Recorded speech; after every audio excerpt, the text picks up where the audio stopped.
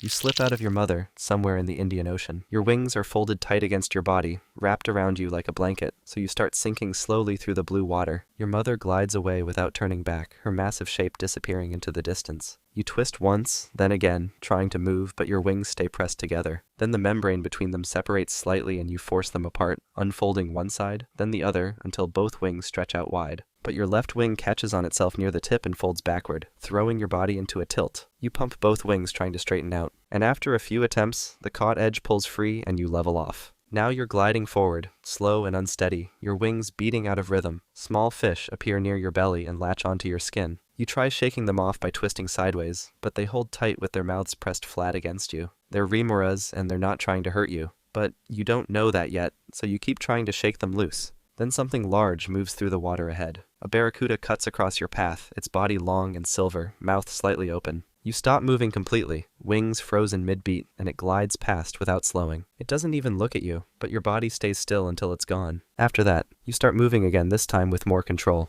Your wings beat slower now, finding a rhythm that keeps you steady. The water around you is thick with tiny drifting specks, and you angle your body towards shallower water where the specks gather more densely. You'll stay in these shallower waters for now, but eventually you'll need to travel much farther to find enough food. Skip forward 2 weeks and you're hungry. You haven't eaten properly in days, so you're gliding through the shallower water looking for food. Then you spot a thick cloud of plankton drifting ahead, tiny specks packed together so densely the water looks hazy. Other young rays are already there, gliding through it with their mouths open. You need to eat, so you pump your wings harder and speed toward the cloud. But when you reach it and open your mouth wide, the plankton scatters in every direction, pushed away by the water you're moving. Your mouth closes on nothing, so you slow down and watch one of the other rays instead. It's barely moving, just gliding through the bloom with its mouth open and its body relaxed, letting the current push the plankton in. You try copying it, opening your mouth and slowing your wings until you're drifting more than swimming. This time the plankton doesn't scatter, and you feel the tiny specks sliding past your gills as the water flows through. Then something hard bumps your belly from below, throwing you upward and making you twist sideways. A sea turtle breaks through the surface of the bloom, with its head pushing up into the same patch you were feeding in.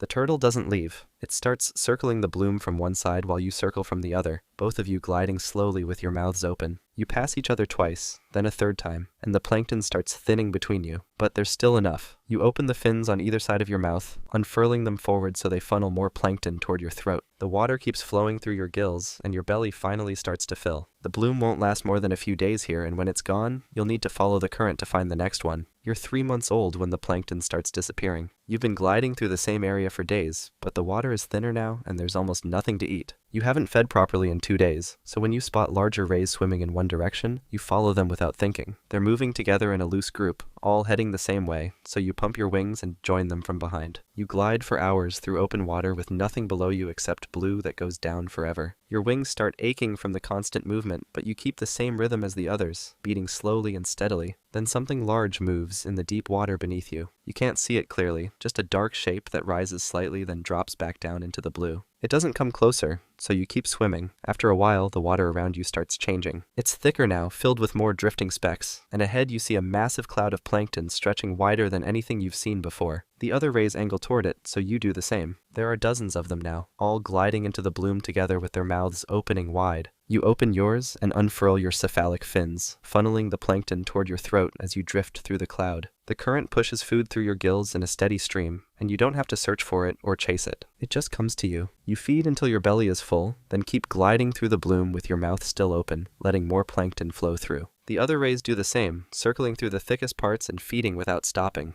You'll return to this place when the season changes again, but first, you'll need to survive what's waiting in the deeper water. Skip forward a bit, and you're 8 months old now. The remoras on your belly have been pulling at your skin for days, and you need them gone, so you glide toward a coral outcrop where you've seen other rays get cleaned. Small fish are gathered there, darting around the rocks and waiting. 2 larger rays are already hovering above the station with their mouths open slightly, so you circle nearby and wait for your turn. After a while, one of the rays glides away and the cleaner fish move to the second one. Then that ray leaves too, so you slow down and position yourself above the rock. The cleaner fish come toward you immediately, swimming up to your gills and starting to pick at the parasites clinging there. You open your mouth slightly and one of the fish moves inside, pulling at something caught between your gill slits. But then a massive ray glides directly into your space, twice your size, and pushes you sideways with its wing. You tilt off balance and drift away from the rock. The cleaner fish leave you and move to the larger ray instead. You need to get cleaned, so you circle back around and try to return to the same spot above the station. But the larger ray turns and swims straight at you with its mouth closed and its body angled forward. You don't stay. You pump your wings and veer to the side, gliding away from the outcrop entirely. The larger ray doesn't follow. It just turns back to the station and hovers there while the cleaner fish keep working. You watch from a distance, then move on and look for another place to get cleaned. In a few months, you'll be bigger, but right now you're still in the middle, and that means waiting your turn. You're 2 years old when something changes. You're gliding through a feeding area when you spot a larger female ray moving through the same water, and without thinking, you start following her from a distance. She glides forward steadily, so you pump your wings and move beneath her, then shift to her side, matching her pace exactly. You've never done this before, but it happens automatically. Then another male appears from the other direction, larger than you, and he positions himself between you and the female. You try to circle around him to get closer to her, but he mirrors your movement and blocks you again. The female keeps gliding forward without slowing, ignoring both of you completely. So you speed up and try to pass him. You pump your wings harder and angle toward the female's left side, trying to grab her wing with your mouth. But the other male rams into your side before you reach her, hitting you hard enough that you spin sideways and lose your momentum. You right yourself and try again, but he's already repositioned himself between you and her. Then the female tilts her body and drops down into deeper water, gliding away from both of you. The other male follows her immediately, staying close behind as she goes. You start to follow too, but they're already too far ahead, so you stop and let them disappear into the blue below. You turn back and return to the feeding area, gliding through the plankton cloud with your mouth open. The other rays are still here, circling through the bloom and eating steadily. You join them and feed until your belly is full, but the female doesn't come back. You're not strong enough yet to win against the older males, but your body is still growing, and soon the odds will shift. Skip forward to 4 years old,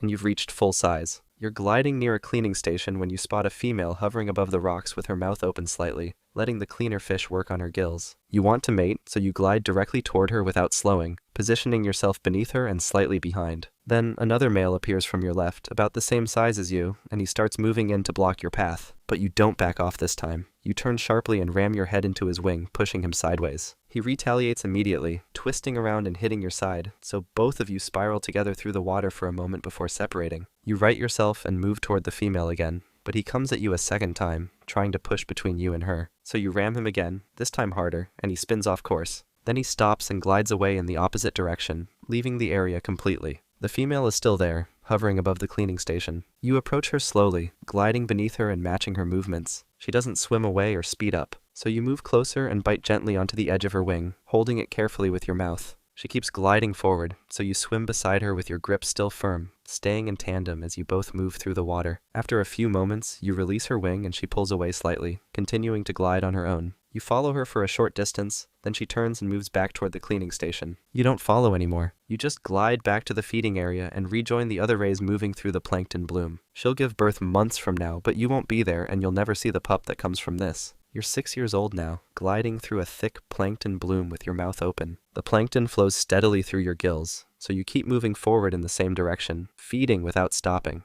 Then something thin wraps across your left wing. You don't notice it at first because it doesn't pull or hurt, so you keep gliding forward. But when you try to turn slightly to the right, the line pulls tight and your left wing folds inward, refusing to extend fully. You can't move it the way you normally do, so you twist your body hard trying to shake the line loose. But the movement makes it worse. The line wraps tighter around your wing and starts cutting into the edge of the membrane. You spin once trying to pull free, then again, and the line coils around your body as you turn. So you stop fighting and just glide slowly with your right wing doing most of the work. Your left wing stays partially folded, dragging whatever is attached behind you through the water. You keep moving like this for hours, unable to straighten out or swim normally. Then the line catches on something below. You feel it pull suddenly, stopping your forward movement and holding you in place. You try to glide forward, but the line keeps you from moving, so you twist your body to the side and pump your wings harder. The line stretches tight, then snaps. Your body lurches forward and the tension disappears. You glide away slowly, your left wing still bent at the wrong angle where the line cut into it. The wound stays open,